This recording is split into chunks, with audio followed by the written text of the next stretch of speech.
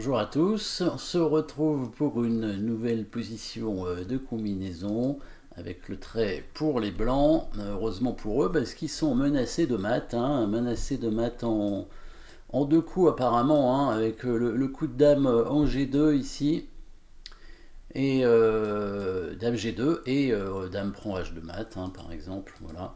Donc ils ont intérêt soit à protéger tout simplement le mat, soit évidemment, puisqu'ils ont le trait à créer une attaque sur le roi adverse avec bien sûr des coups forcés comme souvent.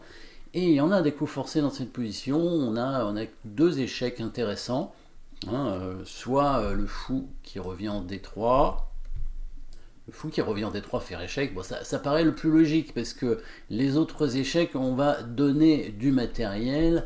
Évidemment, dame E4, bon, il va prendre avec le fou, donc ça c'est pas bon. Tour H8, ça peut être s'envisager aussi. Les deux coups peuvent s'envisager. A priori, fou D3 qui ne donne pas de matériel semble plus logique, mais c'est vrai que tour H8 semble s'envisager parce que si le roi prend, ça permettra à la dame de venir faire échec et de continuer un peu les coups forcés. On va quand même commencer par le coup de fou qui ne donne pas de matériel. Évidemment, ce sera quand même mieux. Donc le fou qui donne échec. Les noirs n'ont pas énormément de possibilités pour parer l'échec, ils ne peuvent pas bouger le roi, donc ils vont être obligés de couvrir. Ils ne vont pas couvrir avec le fou, sinon ils vont le perdre, ce serait un peu bête. Donc ils vont avancer le pion G7 en G6.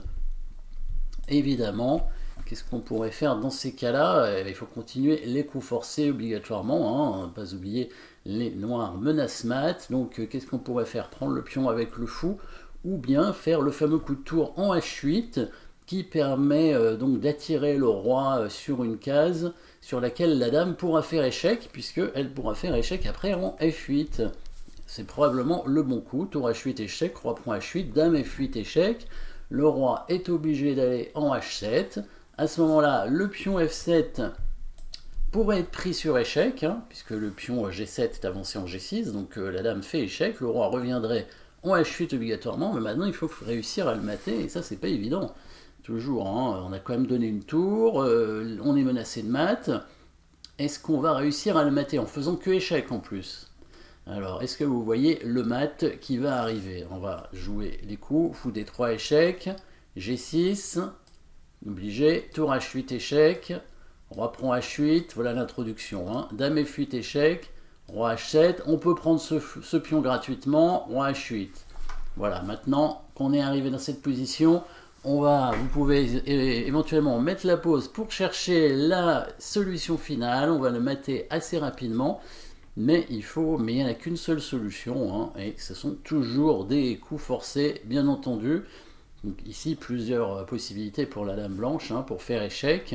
Donc il y a les deux cases de la 8e rangée, plus la case en F6, évidemment on ne va pas la mettre en prise, case en F6 qui permettrait éventuellement de prendre le pion après avec la dame, mais le roi va s'enfuir, parce que si le roi n'est pas dans le coin, on aura du mal à le mater. Par exemple, si on met la dame en F6, il vient au G8, alors attention, si on fait échec avec le fou, là cette fois il peut couvrir, parce qu'il a quand même gagné une tour, et la tour ici protège le fou.